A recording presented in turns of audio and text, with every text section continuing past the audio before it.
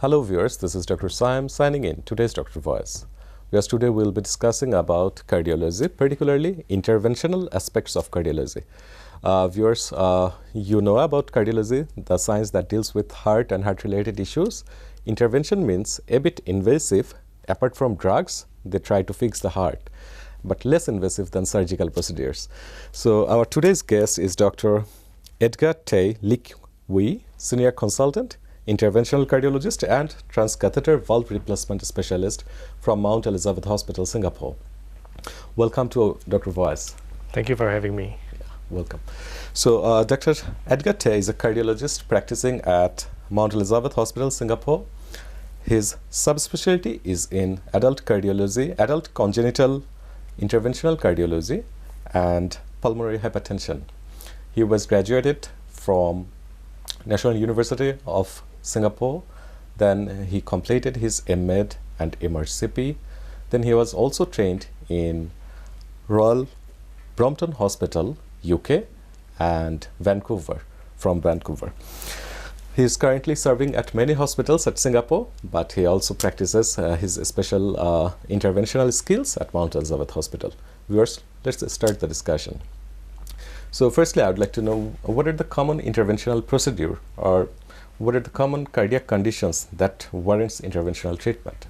Okay, so in my practice as an interventional cardiologist, I see two major groups of patients. One group is patients with heart valve disease, so structural abnormalities with the internal structure of the heart. And the other big group is patients with coronary artery disease, which means blockages of the heart arteries. So I would say this probably takes up most of my time, these two kinds of conditions. Okay, so two group of patients, one is with coronary artery issues and another one is valve issues. That's right. So can you please shed some light about the valve of heart? What's its role in normal heart? Right, so the valves actually function like doors or gates within the heart itself. And these gates or these doors control the blood flow within the heart so that blood flows only in a single direction. So it's very important that these valves work, because if blood does not flow well through these valves, then it can cause a problem with the function of the heart. So for example, the door or the valve can become narrowed or stiff, so it doesn't open well. That means the heart is squeezed much harder to get blood out.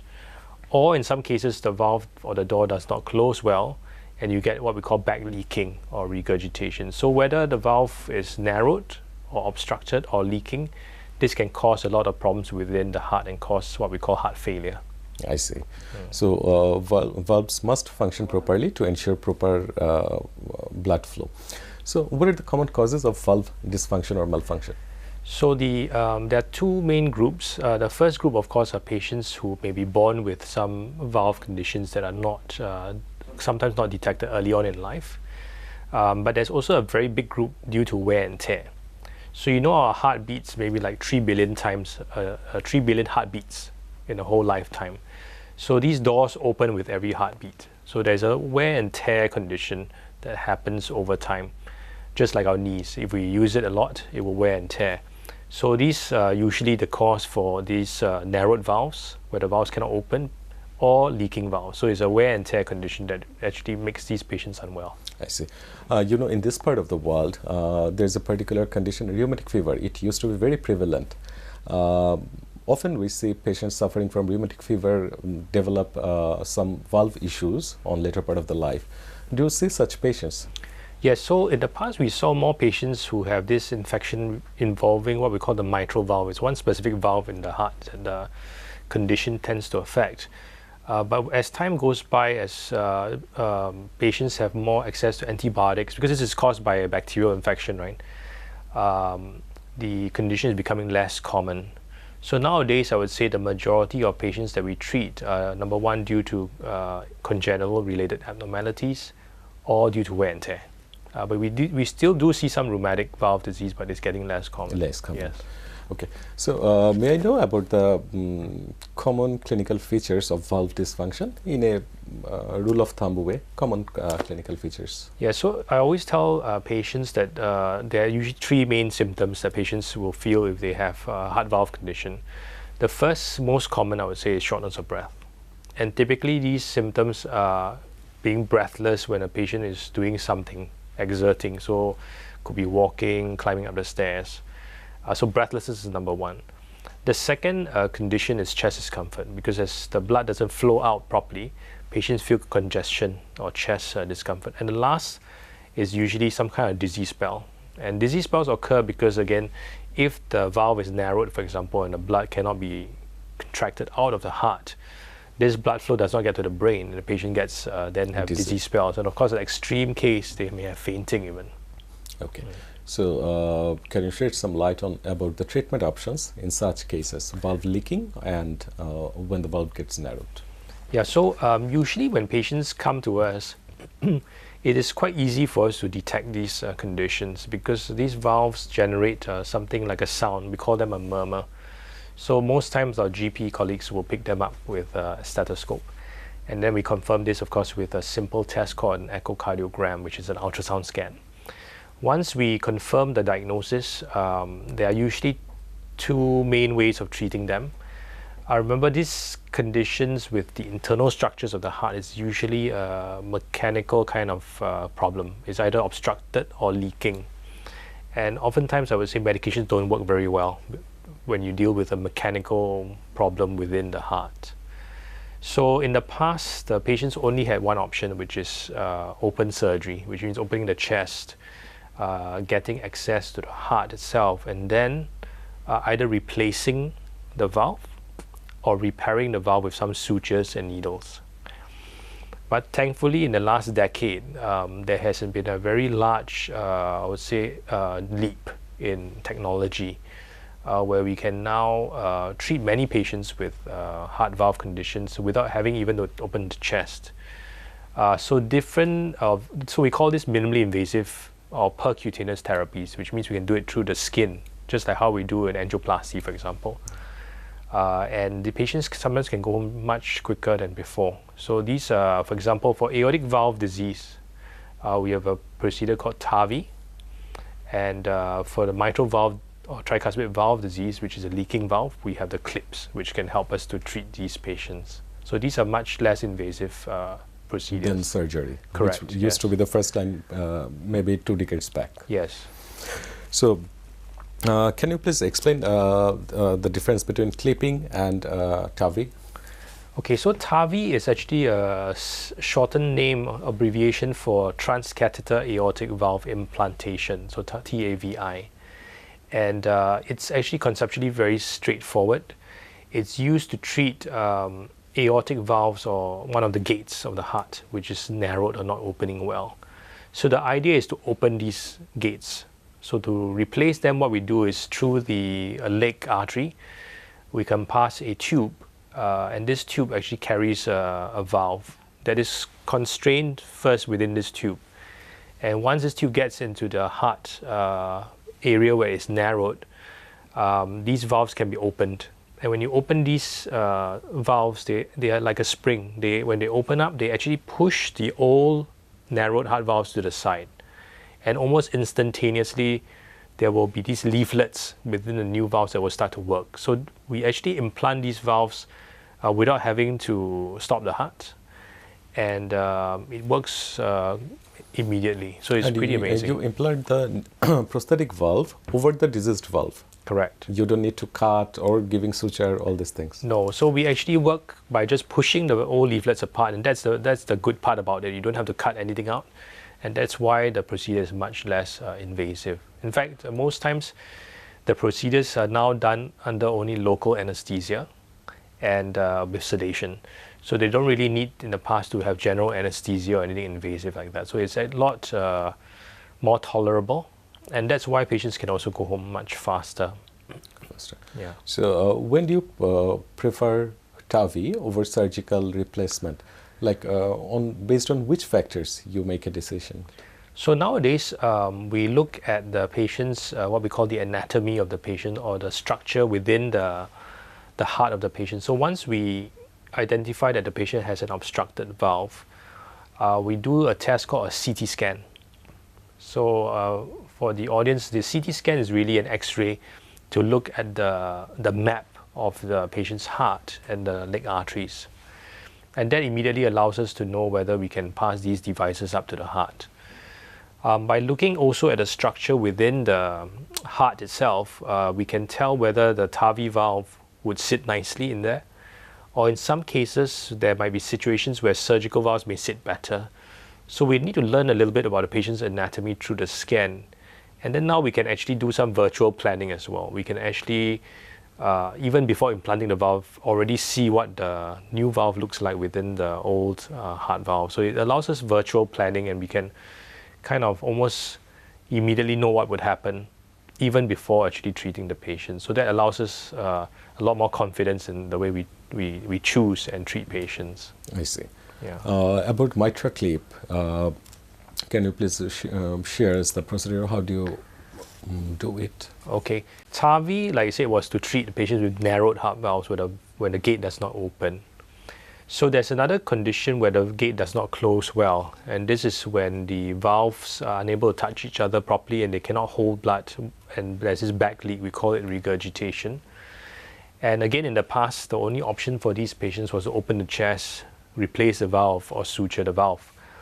But now the clip actually works by grabbing or clipping the two leaflets that are far apart to make it tighter. So when we tighten these valves, we actually make the leak less.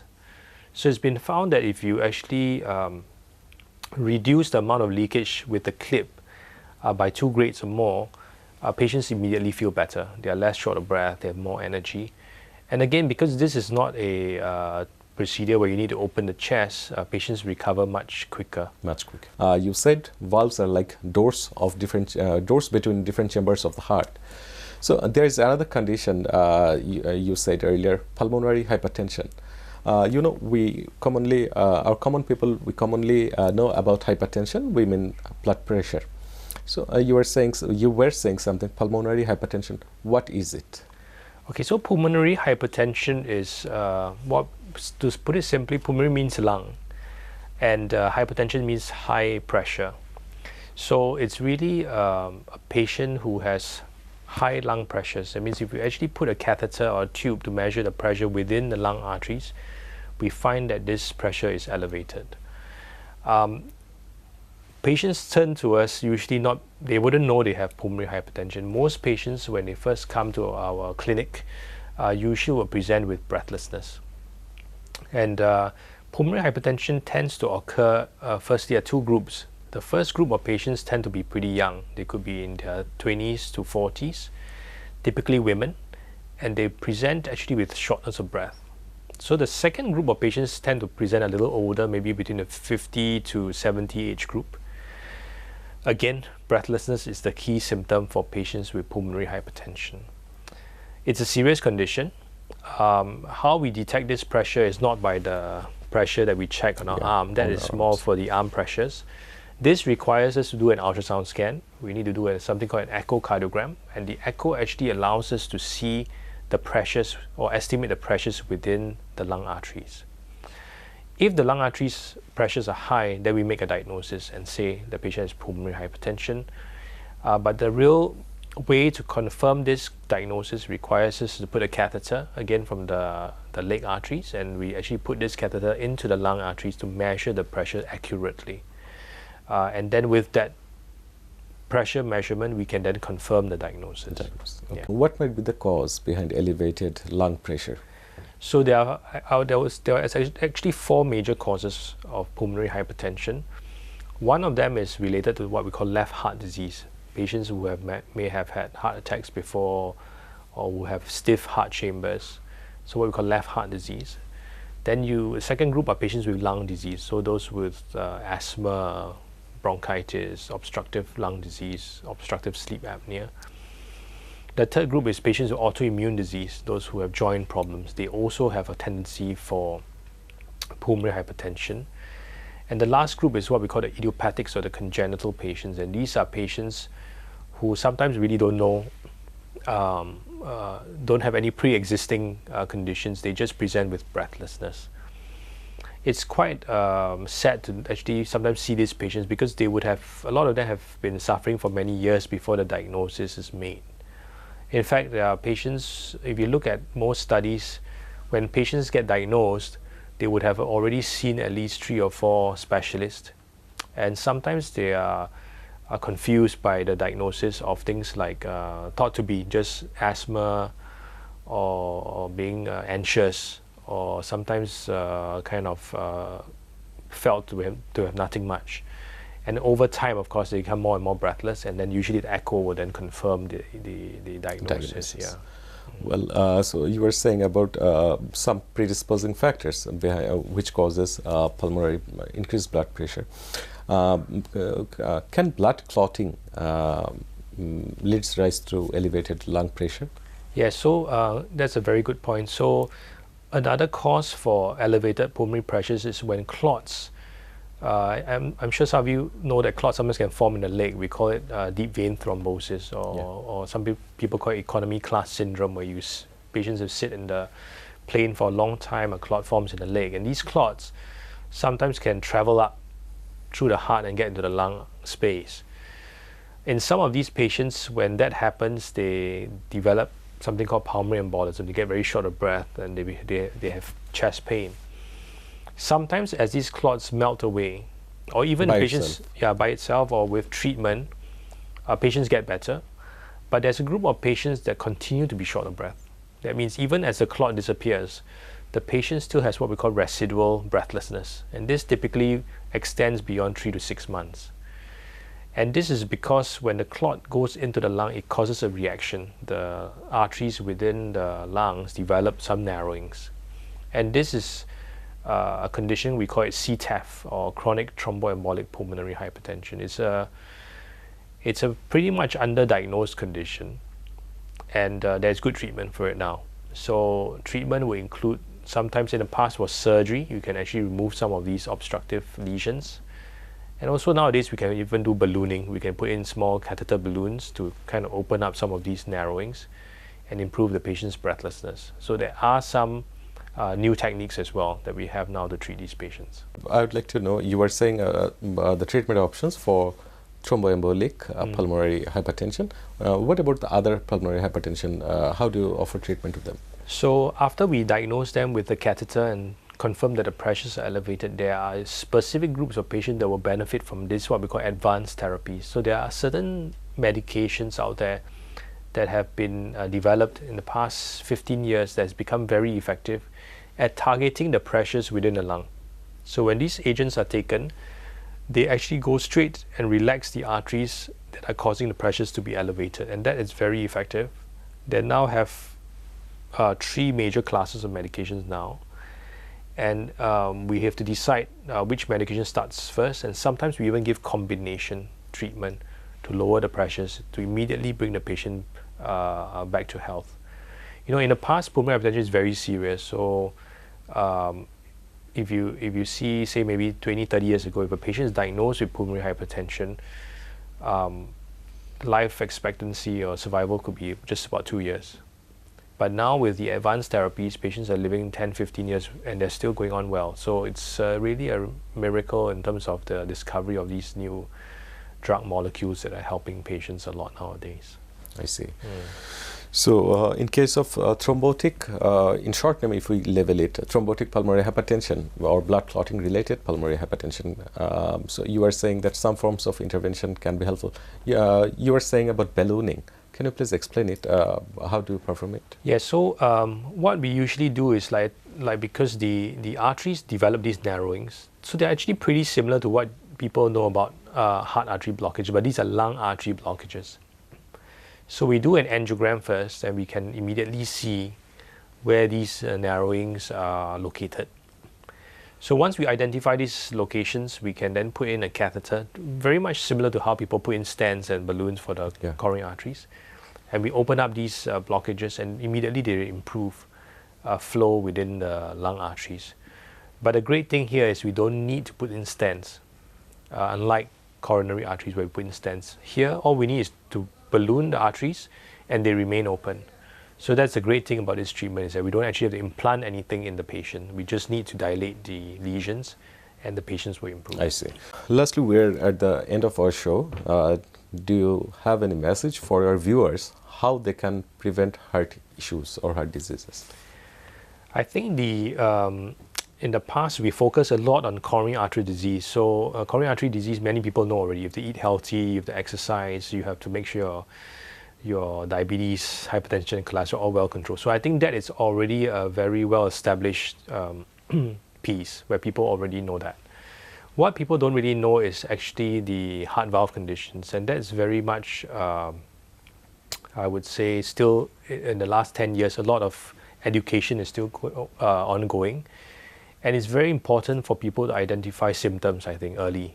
So do not take the things like breathlessness too lightly. So just make sure that if breathlessness, chest discomfort persists, try not to discount it, and then get a simple echocardiogram, and that should be able to diagnose patients early and get treatment early. Many thanks for your time, Dr. Edgar Tay. I wish you have a safe journey back to your home. Thank you very much. Welcome. Today we are discussing about advanced heart treatment options, and we got to know there are many treatment options which we can offer for valve issues, lung-related blood vessel disorders. There are many advancements in this field, and in many parts of the world, particularly Singapore, is providing excellent treatment options for the patients. On the next episode, we will be discussing something else. Till then, stay fine, stay tuned.